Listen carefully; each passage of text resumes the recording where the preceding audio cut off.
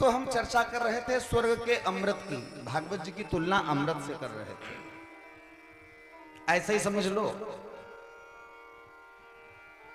पुण्य करने से स्वर्ग मिलता है, सत्कर्म करने से ये मिलता है, अपवर्ग मिलता है।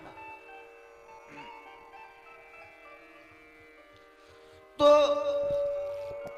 स्वर्ग में अमृत है, भगवान की कथा भी तो अमृत है। और दीक्षित जी ऐसा हम नहीं कह रहे, श्रीमद् भागवत दसम स्कंद भ्रमर गीत में गोपियां कह रही हैं, वो गोपी गीत में गोपियां कह रही हैं, तव कथामृतम तप्त जीवनम कवि भीरीडितम कलमशापम। आपकी कथा कैसी है? बोले अमृत की तरह है। प्रश्न खड़ा हुआ कि अमृत तो मरते हुए को जीवन प्रदान कर देता है, क्या ये कथा भी जीवन प्रदान करती है? बोले हाँ हाँ, कथा जीवन प्रदान करती है। किसी को किया? हाँ किया। किसे किया? बोले जगत जननी जगदम्बा मां जानकी लंका में बैठी थी, रो रही थी, हार रघुनंदन प्राण पीरीते, तुम बिनु जियत बहुत दिन, हाँ तुम बिनु तुम बिनु तुम बिनु तुम बिनु जियत बहुत दिन बीते, हार रघुनंदन प्राण परीते। सीता जी एक दिन बहुत ज्यादा दुखी हो गई और पता क्या किया? दीक्षित जी अशोक वृक्ष, जिस वृक्ष के नीचे बैठी थी, अशोक से बोली, ऐ अशोक, मैंने सुना है तेरे नीचे बैठ करके कोई शोक में नहीं रहता, जो मांगता है तू उसे वो देता है, क्या मेरी कामना पूर्ण नहीं करेगा? अशोक हाथ जोड़ के बोला, माता जी आदेश करो। जानकी जी बोली, ऐ अशोक, मुझे थोड़ी सी आग दे दे। आग? माता जी आग क्या करेंगे? जानकी जी बोली, अब राम जी के बिना जिया नहीं जाता, मैं मरना चाहती हूँ, अपने शरीर को जलाना चाहती हूँ, थोड़ी सी आग दे दे। अशोक सोचने लगा, अगर आज मैंने इनकी कामना पूरी कर दी तो कभी भगवान से आंखें नहीं मिला पाऊंगा। और पता है, हनुमान जी ऊपर अशोक वृक्ष पे बैठे मुस्कुराए, माता जी चिंता ना करो, आज तुम थोड़ी सी आग मांग रही हुई, अशोक नहीं दे रहा, कल पूरी लंका में जिधर नजर उठाओगी आग ही आग दिखाई देगी। अच्छा आप बताओ दीक्षित जी, कोई मौत खुशी में मांगता है क्या? भगवान से जब आदमी मौत मांगने लग जाए तो समझ लेना चाहिए कि अब इसके दुख की पराकाष्ठा होगी। सीता जी मौत मांग रही हैं। हनुमान जी ने सोचा सारे रोगों की तो दवाई है, लेकिन जो मौत मांग रहा हो उसकी कौन सी दवाई?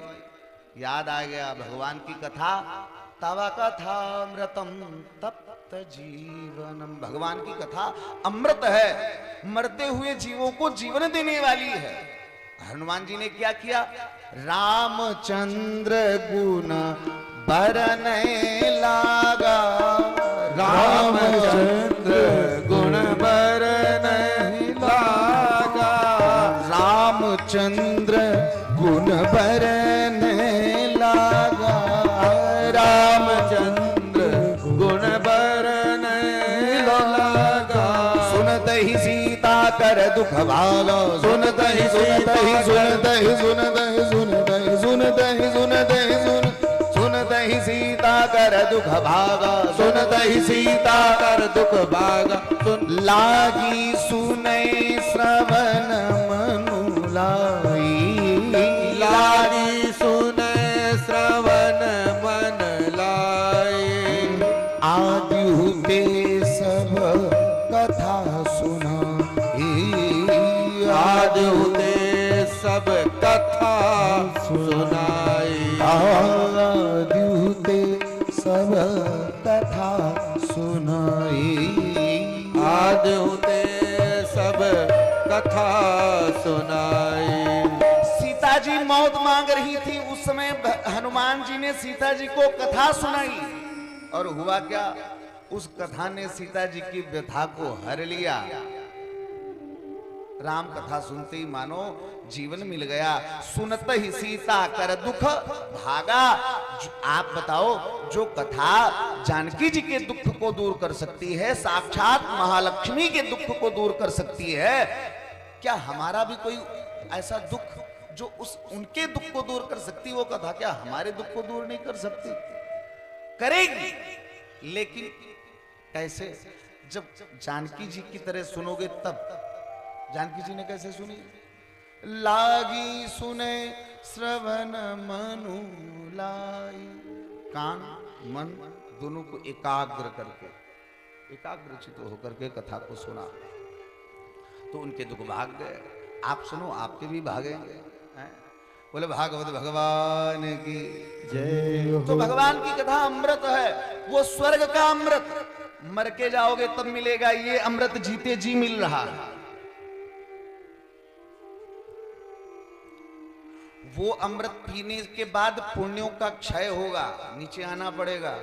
लेकिन ये अमृत दिन दिन बढ़त सवायो, दिन दिन बढ़त जितना पियोगे उतने ही और बढ़ता चला जाएगा। ऐसा अमृत है ये भागवत अमृत, जिसको पान करने के लिए हम आप लोग यहाँ पर एकत्र हुए हैं।